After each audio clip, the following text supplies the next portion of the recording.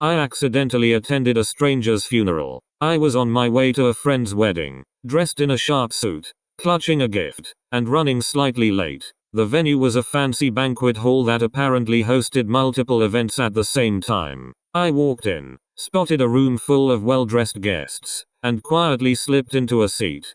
People were whispering softly, some dabbing their eyes with tissues. Weddings really are emotional, I thought, admiring the decor. Then a slideshow began. Photos of an elderly man laughing with family, posing with friends, smiling through decades of memories. It took me way too long to realize this wasn't a wedding, it was a funeral. At that point, I should have left, but my socially awkward brain decided bolting would draw more attention than staying put. So I sat there, frozen, nodding along like I belonged. Then things got worse. A woman beside me, his daughter, I later learned, leaned over and whispered, "Thank you for coming. Dad talked about you often." What? My stomach dropped. Should I confess? Ask who she thought I was? Instead, my traitorous mouth said, "Of course. He was a great man." Turns out, the deceased was a beloved local businessman who mentored dozens of young professionals. My suit and panicked politeness had everyone convinced I was one of his trainees.